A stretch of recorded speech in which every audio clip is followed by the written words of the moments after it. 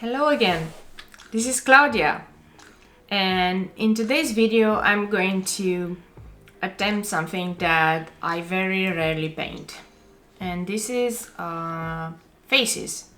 I always have lots of stories in my mind. They all involve princesses or girls in different situations, different worlds, and I always want to paint them and to draw them in. But I've never attempted this before, and it is sometimes scary to just start with a piece. I actually drew this piece several months ago.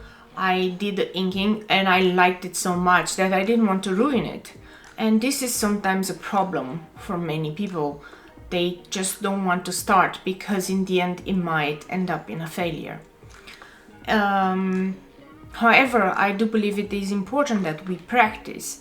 Like, no matter how much I would like to draw this one, if I don't practice every day, I will never get better at it.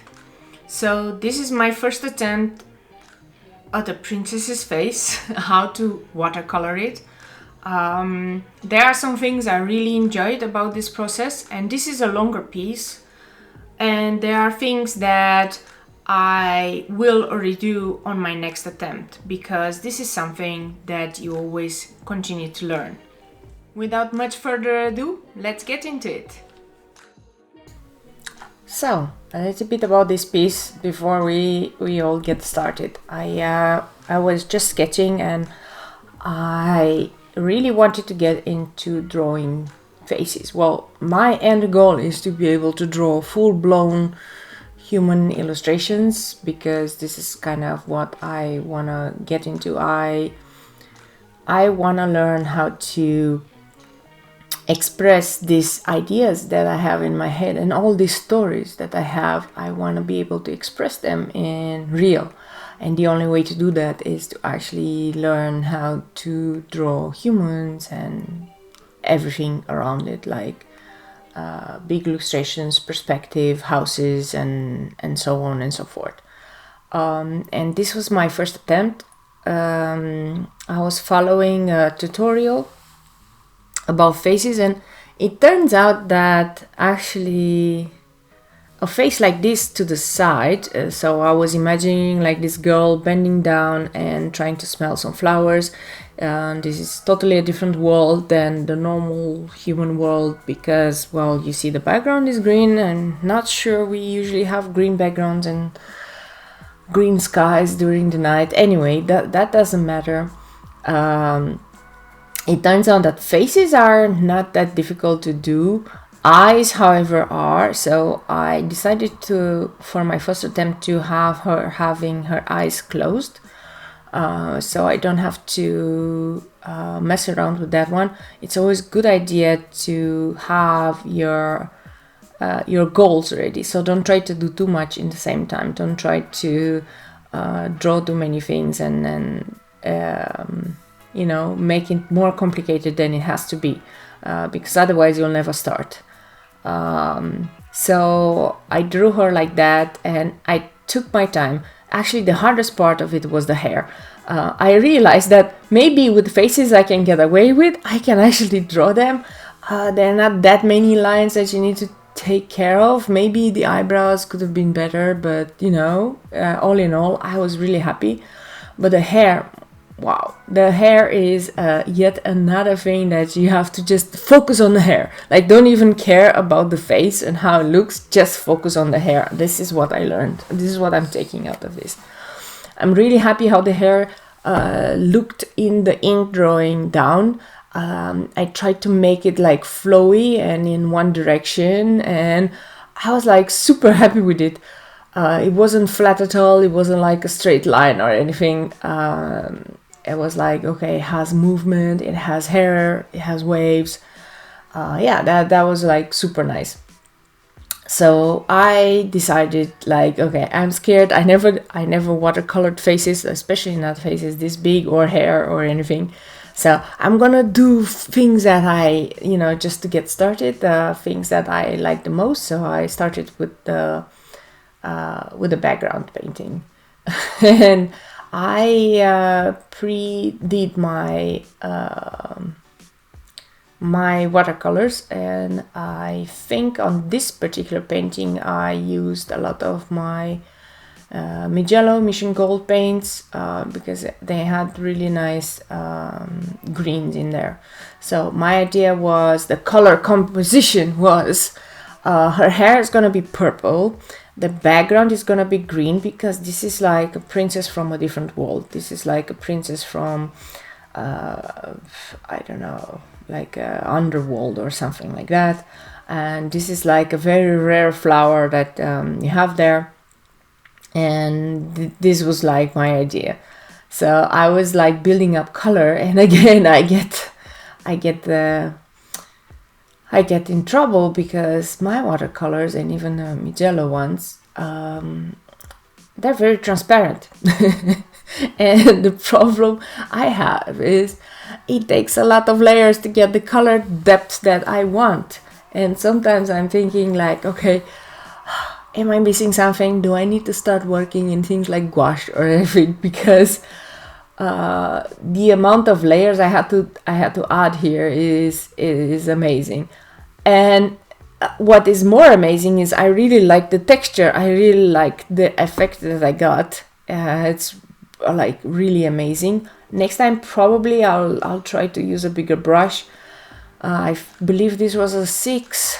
I think it's too tiny. This is an A4, and the paper that I use, the reason why it even worked to add so many layers to this is because this is Archie's watercolor paper, 300 GSM,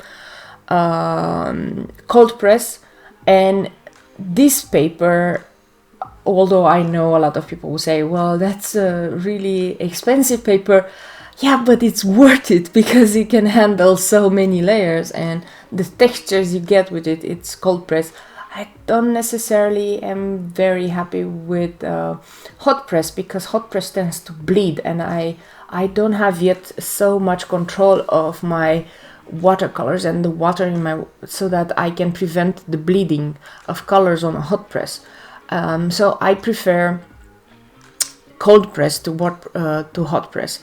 And this is just a preface. I am suspecting that the more I'm going to get better at coloring and watercoloring, is that this will change, right? I do see that whenever I try to scan these kind of pieces and make them in for example, scanning in and make prints out of them, these ones are the texture, it really picks up on the scanner. So I can understand why for prints it will be a better idea to use hot press, because then everything gets a little bit more uniform, and for a print that is also important. So, you know, these are the things. On this point in time, I really thought that the flower should be like this color with the yellows and the oranges, just like the moon. It's like more of a moon flower, and it looks so nice so far, right?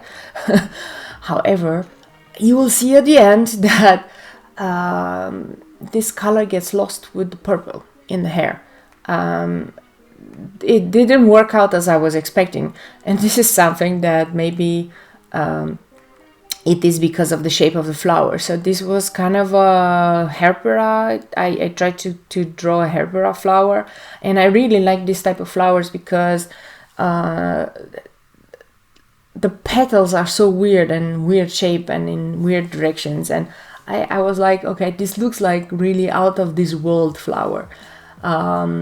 And if you just look at now, it really pops out, and I was like, oh yes, I made the correct choice. Yes, this is the correct color. I'm gonna go with it. I was really happy. Up until I changed and I started doing the hair, and that's when I lost it. And that's okay. The reason why I wasn't starting, so I drew this one way before, and I wasn't really in the mood to start coloring this. I actually made the multiple sketches, multiple faces, so I have a lot more to color in and to try out. Not only this pose, but I liked so much the ink drawing that I just was very wary adding color to it because the ink drawing looks so good. it's weird, the ink drawing looking better than not. Maybe yeah, I will redraw this, but it doesn't matter because actually I've decided that from now on I'll be super bold, and I'll try to not be so scared anymore. Like, what's the worst thing that could happen? The worst thing that could happen is I have to draw this again. I have this in digital. All I have to do is transfer it to my watercolor paper, and you know, I use that. You will use a light box, so at worst I'm losing like maybe, let's say, half an hour, right? Because I draw this again. And I think it's important to have something like an inking that you really like, and that you can draw it over and over again, so that you can try out color combinations and other things. So probably in the future I'll also try to do this in a smaller scale, so I can try a lot more. But you know, I always try to start big on this time. Yeah, that was kind of it for the background. Now the hair, I had a lot of ideas about the hair, how it's going to look like, but I'm still not starting it because actually I realized I never drew hair, or I never even drew faces. Not drew, but watercolor this. So I was like, okay, I'll stick for now with things I know, like the flower, the background, and everything. And I was like, okay, I'm gonna go in for the face. So how did I go in for the face? I was thinking the following: I'll do a base layer with this yellow, and after I do the base layer, I will add more color. So I'll add more red for the shadows, more orange, and I'll build the color like that. So I had an idea kind of where my shadows will be. And that was like around the eye, under the nose, and under the lips there. So that's where I'm adding, you know, my shadows and my colors. And I'm going in with red, and I know that the colors will go much lighter once it's dry. So I'm not really that afraid of adding more color. So as always, you do have to add some shadows with different colors, and I was like, okay, after I'm going to build up these colors with the red and the red around the eye and all of that stuff, in hindsight I should have stopped here. It looks really nice, and I shouldn't have really worked it more. As my first face, it looked really cool. But of course, you know me, I can never stop. I don't know when to stop. So, you know, this is maybe something of a problem that I need to work on. So I was always like, if I added more red, I would always dab it away with a piece of paper towel.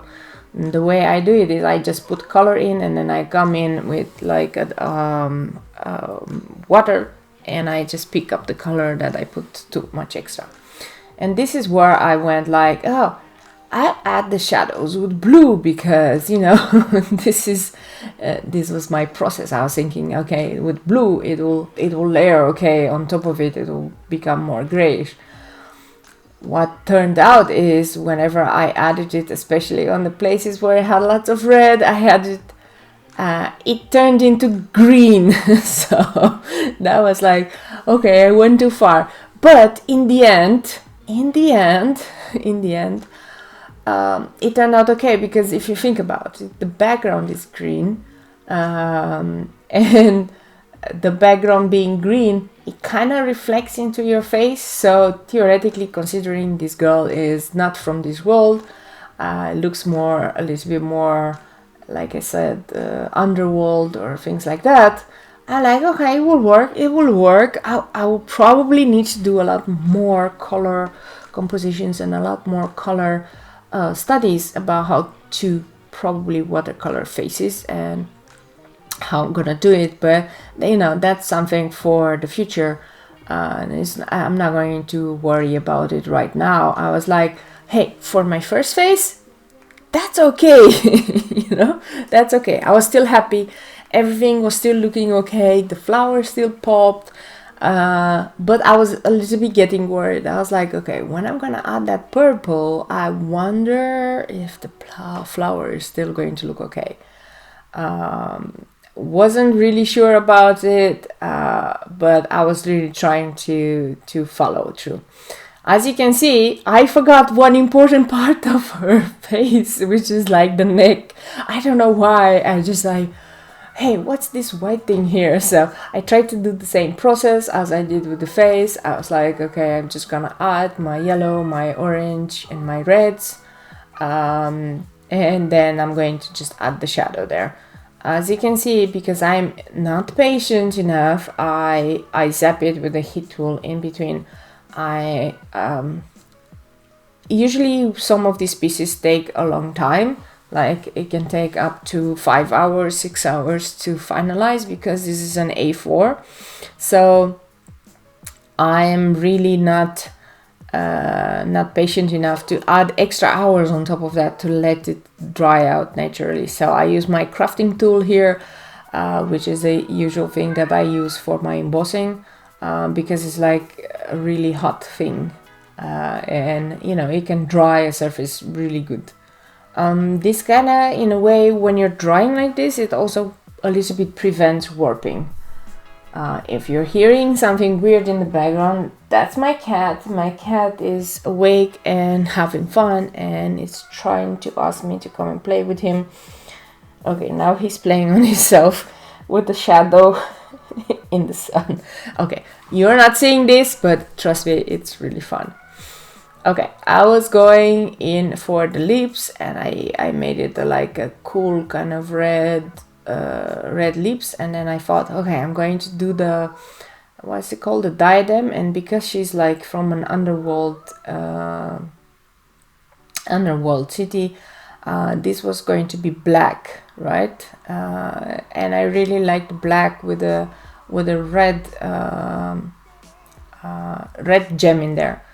My initial idea was I wanted actually a different pose with her from the front, and she should have had this nice diadem with the red jewel, and then like a choker on the neck with lots of jewels. This was my initial idea. I'm not yet very good at drawing faces from the front, so I just went with this one because, you know, I need to make progress and I need to stop obsessing about how to draw exactly what's in my head and just draw what I can at that time. Okay, so far so good. I am cleaning up my palette here because I didn't have space anymore for the colors, because I needed to start mixing the colors and doing the colors for the hair. So I keep overworking this. It's amazing how the paper still holds. Like, how many layers did I add? I added so many layers on this one. So I am bringing in lots of purples again. I think this was, it was Mijello Mission Gold. I had you have lots of papers and lots of pinks and all of this stuff. So I'm mixing a lot of colors because I know I'm going to need a lot. And I'm adding a lot of water. And I decided, okay, I'm just gonna do the initial wash, and then all of these strands, I'll just paint them, right? So I'm doing my initial wash really light, like purple. It's more of a bluish purple than a red purple. So, you know, this is what I went with. So I was just trying to add different colors, different variation in the hair strands, and yeah, just going for it. I didn't have a plan for this one, to be honest. On an ink drawing, it's very funny how in an ink drawing the hair looked really nice and looked really good, but this style of hair didn't really fit with the actual watercolor painting. Why? Because these strands of hair, they're really big. So then the question comes, how are you going to add shadows into it, and how you're gonna make it look like it's a different strands of hair and all of that stuff. It became too big of a block in there, right? And this is kind of like the problem that I had with the hair. It became so blocky, and I was just trying to fix it. I realized that I made the very mistake of thinking that an ink drawing is something that that will work. Any ink drawing will work for watercolor, which is not true. Like when you're designing something for a watercolor piece, you need to design it with different mindset. You need to design it on how is that hair going to flow, and how are you going to be able to add things for your hair. You saw a little bit earlier, I was asking my husband his opinion. It's always funny how I always ask his opinion, like, okay, what do you think about this? What do you think about this color combination? And he was just showing me, I was asking him, where would my light source be here? Because the moon is actually coming from the back. The moon is in the back, but the girl is in the foreground. And I was like, where's the light source? Is it coming from the back or is it coming from the front? I wasn't really sure. And since he's a illustrator with much more bigger experience, he was trying to explain to me kind of where the light source was going. And he was like, okay, your pose with the moon in the back really doesn't help you, because theoretically you have two light sources, like it's the moon, and then there's the light sources coming from like down below from an angle. Otherwise your flower will be in total darkness and everything else will be in total darkness. So he was like, yeah, again, Claudia, you designed this with ink in mind and you didn't design it with watercolor in mind. Like, okay, make it easier on ourselves. And I was like, you know what, I'm just gonna go with it. Like I said, like worst case scenario, what will happen is that I just have to try this again. I have to do it again. It's fine, right? So I was just going with it. I tried to deepen the colors and add different shading for different parts, right? This is again where my inexperience with hair really shows. I just drew some strands that look very weird in there, but I was going with it. I was like, hey, this is an opportunity, and it's always an opportunity. It's never about like what you can and cannot do, how it looks like. This is an opportunity to test out your drawing skills, and that's fine. It's fine, even if you're not gonna like it. I was like, okay, this painting is gonna become a painting where I just try things out. I was trying all colors combinations. I was trying, okay, how is this going to look like? What if I add extra things here? What if I add extra colors? I even tried to draw the strands separately at one moment. I even added more ink and more doodles in one of the hair strands. That didn't work out, but that was okay because I've already decided, okay, this painting wasn't going the way I wanted, and this is just a tryout, and it's okay, right? I was in the background, I was actually asking my husband, like, do you think I should frame this? And he was like, well, but you're not very happy with it. You're not super impressed by it. And, you know, it's not like it's going to be like your masterpiece or anything. And I was like, well, if I'm going to just frame my masterpieces, then I'll never have anything on that wall that I have there. So I've decided, you know what? Until I make a better one, until I make a better version, that I'm going to switch this one with the next one, I'm just gonna frame it. No matter what I'm doing here, no matter what I'm trying, I'm just going to frame it. And this is how I went with it. You can see now what I was talking in the beginning with the flower. The color was perfect when the hair was super white. the flower was really popping if I really wanted that flower to pop. But now when I added the purple, that flower doesn't pop anymore. And maybe it would have been a different story if the flower would have been super big, like a rose or something like that. Then it would have worked because it would have been a block of color. But because the flower is the shape that it is, it loses focus.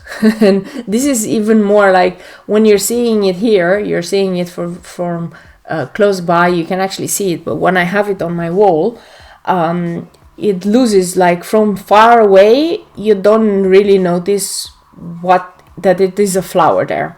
And this is something to always keep in mind if you're doing a piece. Like, although initially a shape of a flower really looks interesting, you have to think it, what is this composition for? Is it something that I'm drawing because I'm planning to watercolor it later on, or is it something that I'm drawing just for ink?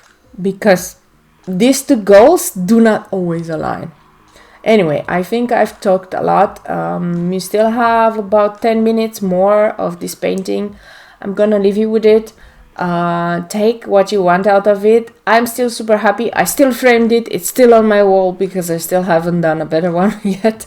But it is in the works.